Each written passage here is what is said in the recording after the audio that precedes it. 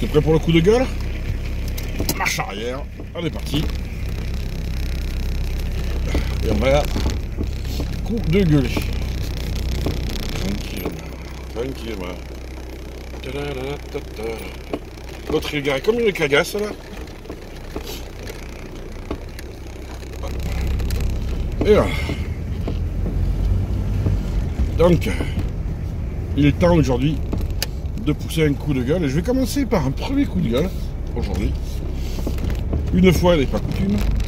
Contre la ministre de la Santé et notre fabuleux président de la République. Vous savez là, comment il s'appelle la boutique là, Macron. Ah ouais, Macron. Oh là là. Alors je sais pas si vous savez, mais il veut faire des économies en France. Et hier, la ministre de la Santé,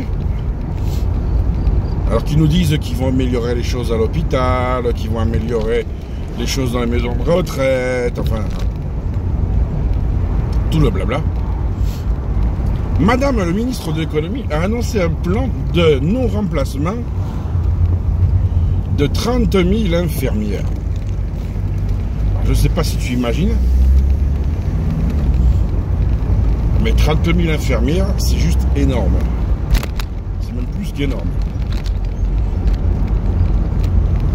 On estime en France qu'il nous manque à peu près 100 000 infirmières pour que le système fonctionne normalement. Et pour faire des économies, au lieu de virer ceux qui servent à rien, parce qu'il y en a qui servent à rien, hein, l'administration, il y en a, on va nous retirer du personnel de santé, les infirmières. Alors il y en aura aussi chez les aides-soignantes, etc., etc. Il y aura pas que de l'infirmière qui va être sacrifiée, mais déjà 30 000 infirmières. Et en fait, comment il explique ça? En fait, ils appellent ça la rationalisation territoriale. En fait, c'est comme ils ont décidé de fermer les hôpitaux, beaucoup. Ah ben, s'il n'y a plus d'hôpitaux, il n'y a plus besoin d'infirmières qui travaillent pour le gouvernement. C'est intelligent comme système, hein? Si, très. C'est un joyeux moyen de dire merde aux gens, tu vois. D'accord, quand je dis merde, je suis poli. Hein. Donc, notre président a décidé de sacrifier nos infirmières. Celles qui restent, elles vont être tellement fatiguées d'avoir un surcroît de travail encore 2 fois pire. Ça va être pire, donc bon courage à elles. Bon courage au personnel soignant dans les hôpitaux. Je sais pas comment vous allez tenir. Et ça, malheureusement, nous on n'y peut rien. On est comme vous, les victimes de ces cons. Parce que pour être cons, ils sont cons, putain. Donc voilà. Je voulais que vous le sachiez. On va perdre 30 000 postes d'infirmières sous 5 ans. Oui, il faut 5 ans quand même. Hein. Voilà.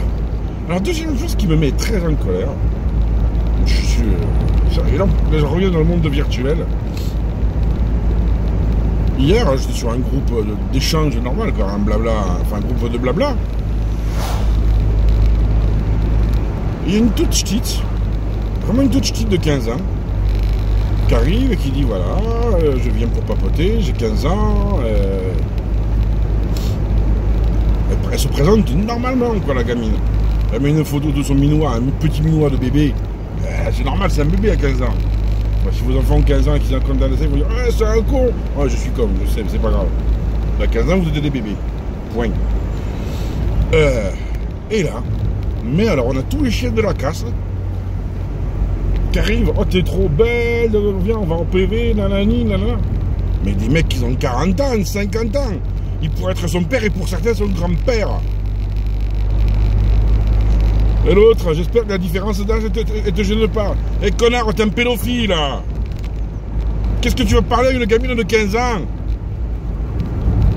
Au pire, tu lui dis, oh, cocotte, t'as 15 ans, ici c'est des chiens. Comme souvent partout sur Facebook et ailleurs. Non, parce que sur les réseaux sociaux, t'es dans un groupe, par exemple, de rire, parce que c'est un groupe d'humour. Les mecs, ils voient une nana, ils oublient humour, hein. Ah non, ils pensent au cul. C'est terrible ça, bordel. Ça me met en colère. Non mais... Je comprends pas, les gars. Putain, Guignamine de 15 ans, mais vous êtes un chien à ce point. Il y en a un, j'ai regardé son profil. Il m'a fait peur, son profil. Devinez où il habite. Outreau. On a entendu parler de cette ville, hein. Ils aiment bien les enfants à Outreau. Trop. Ils aiment tellement les enfants à Outreau qu'ils se les échangent. Non, c'est grave, la merde. Attention, je dis pas qu'il y a que les gens du Nord qui faisaient ça, hein. Mais celui-là, le profil, là, mais tu le regardes. Tu regardes ses photos, mais rien qu'à sa tête, tu le mets en prison pour pédophilie, le gars. Il n'y a pas besoin de se demander ce qu'il lui a envoyé un message privé à la gamine. Hein. C'est sûrement pas une photo des bisounours. C'est gravissime. Franchement, les gars, mais vous êtes sales. Mais sales à en crever.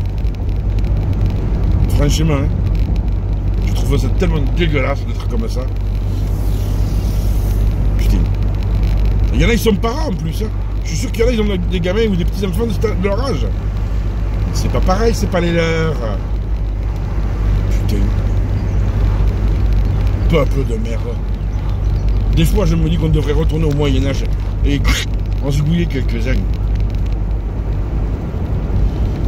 C'est à quoi, ça me prendre à des enfants. Ça. Saloperie, là. Saloperie. Bon, j'ai pas le temps de faire beaucoup plus de coups de gueule, je suis arrivé, il faut que j'aille bosser un peu quand même. Avant que les nuages arrivent avant moi. Ça va être l'heure de l'apéro en plus. J'ai même pas pris le café, c'est l'heure de l'apéro. Vous voyez, ça c'est pas normal ça. Allez, on met les roues ici. Parce que quand la roue, ça pète, ça fait la roue pète. Il est temps pour moi de vous souhaiter la meilleure journée possible. Et surtout, n'oubliez pas, soyez heureux et rendez heureux. Je vous biche, les amis.